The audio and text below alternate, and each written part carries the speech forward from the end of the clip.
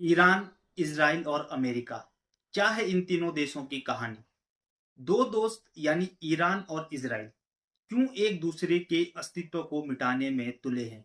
और इस जंग का तीसरा सिरा है अमेरिका, जो कभी दोस्त बना तो कभी दुश्मन। आखिर कैसे कहानी उलझ गई इन तीनों देशों की कि आज दुनिया को वर्ल्ड वॉर थर्ड की ओर धकेल रहा है? तो चलिए जानते हैं इतिहास के उन पन्नों को जहां से इस कहानी की शुरुआत होती है।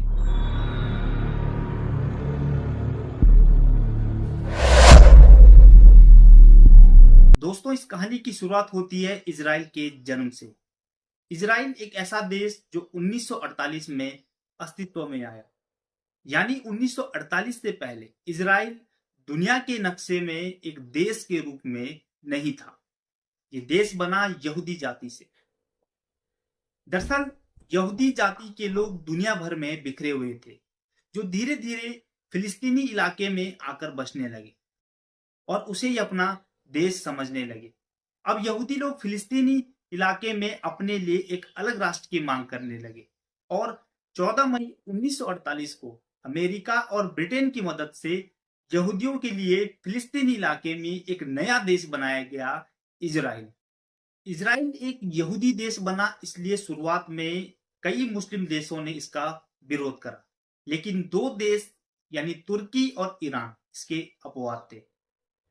ईरान ने तुर्की के बाद इजराइल को औपचारिक रूप से मान्यता देने का समर्थन किया और यहीं से दौर शुरू होता है दोस्ती का। दोनों देशों के बीच तेल और हथियारों का व्यापार, राजनयिक सहयोग और सांस्कृतिक आदान प्रदान हुआ करते थे और धीरे धीरे ऐसे ही दोनों देशों के बीच अच्छे संबंध बनते गए।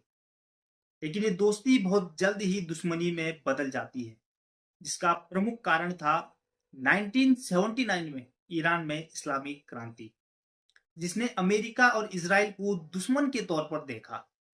ईरान में इस्लामिक क्रांति का जो प्रमुख कारण था, ईरान का शासक रजा शाह पहलवी।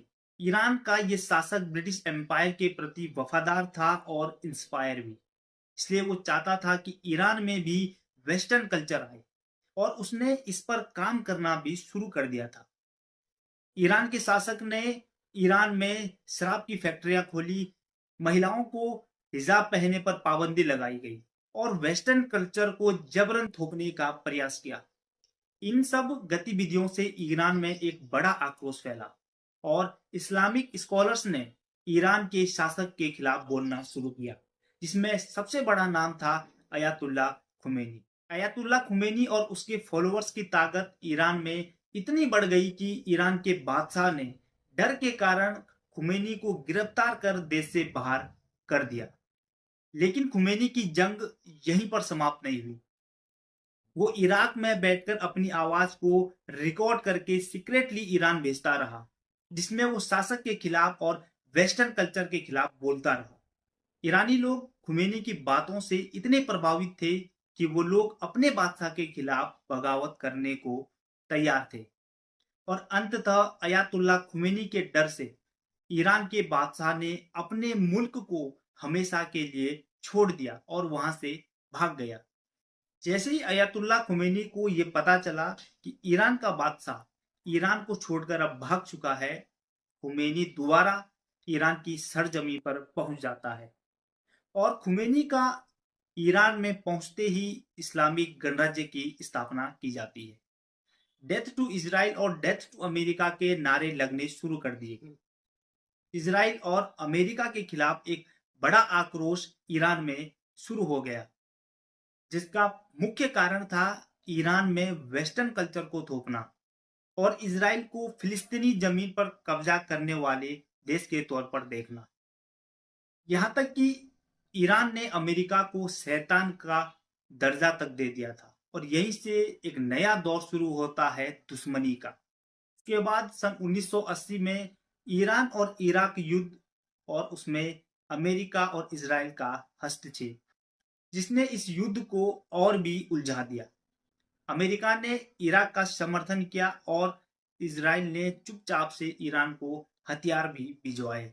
इसके बाद 1989 में अयातुल्ला खुमैनी की मृत्यु के बाद अयतुल्ला खामेनाई को ईरान का सर्वोच्च नेता बनाया जाता है, जो आज तक ईरान का सुप्रीम लीडर है। खामेनाई को डर था अब इजराइल और अमेरिका से, और इसीलिए ईरान ने परमाणु तकनीकी के ऊपर काम करना शुरू कर दिया। ईरान ने हमास और हिजबुल्लाह जैसे संगठनों का समर्थन भी किया, जिसे इजराइल सीधे तौर पर अपने लिए एक बड़ा खतरा समझते थे। इजराइल को लगा कि ईरान अब परमाणु तकनीकी के ऊपर काम तेजी से शुरू कर रहा है और कहीं ईरान एटॉमिक पावर ना बन जाए। इसी डर के कारण इजराइल ने साल 2010 और 2012 के बीच ईरान के कई परमाणु वैज्ञानिकों को मार गिराया। इस तनाव को दूर करने के लिए साल 2015 में अमेरिका, यूरोप और ईरान के बीच एक समझौता हुआ, joint comprehensive plan of action, जिसे न्यूक्लियर डील समझौते के रूप में जाना जाता है। इसका मुख्य उद्देश्य था ईरान के परमाणु कार्यक्रमों को सीमित करना। लेकिन ये समझौता भी बहुत दिनों तक नहीं चलता है और साल 2018 डोनाल्ड ट्रंप युग और तनाव की वापसी हुई। डोनाल्ड ट्रंप ने इस समझौते से बाहर निकलने का ऐलान किया और ईरान के ऊपर कड़े आर्थिक प्रतिबंध लगाने शुरू कर दिए। इसके बाद साल 2020 में अमेरिका ने जनरल कासिम सुलेमानी को ड्रोन से मार गिराया, जो ईरानी सेना का एक बड़ा चेहरा था और पश्चिमी एशिया में उसकी रणनीति का मास्टरमाइंड भी। जवाब में ईरान ने इराक में अमेरिकी ठिकानों के ऊपर मिसाइलें दागी और तनाव और भी बढ़ता गया। 2021 में इजराइल ने ईरान की नमताज परमाणु साइट पर साइबर हमला किया, जिससे उसका परमाणु कार्यक्रम बाधित हुआ। 2022 में ईरान के कई परमाणु वैज्ञानिकों की हत्या करवाई, जिसके लिए ईरान ने इजराइल की खुफिया एजेंसी मोसाद को जिम्मेदार ठहराया। 2023 में फारस की खाड़ी में ड्रोन युद्ध और समुद्री टकरार, खाड़ी क्षेत्र में कई तेल टैंकरों पर ड्रोन और मिसाइल हमले हुए, जिसके लिए अमेरिका और इजराइल ने ईरान को दोषी ठहराया।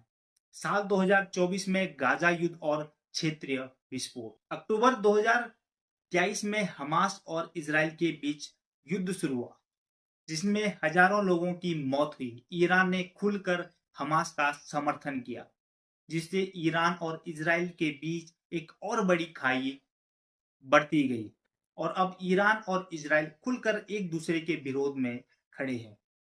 2025 मीडिया रिपोर्ट के अनुसार ईरान ने इजरायली सैन्य ठिकानों पर मिसाइलें दागी और इजराइल ने इसका जवाब तेहरान के मिलिट्री बेस पर एयर स्ट्राइक करके दिया। तो ये थी कुछ कहानी अमेरिका, इजराइल और ईरान की, कि कैसे ये दोस्त दुश्मनी में बदल गए। अब सवाल ये है कि क्या ये टकराव वाकई तीसरे युद्ध की ओर धकेल रहा है, या फिर कोई नई कूटनीति को लेकर, या जो सीज फायर का ऐलान किया गया है उसके ऊपर दोनों देश कायम रहते हैं। क्या शांति की कोई कयास लगाई जा सकती है या नहीं।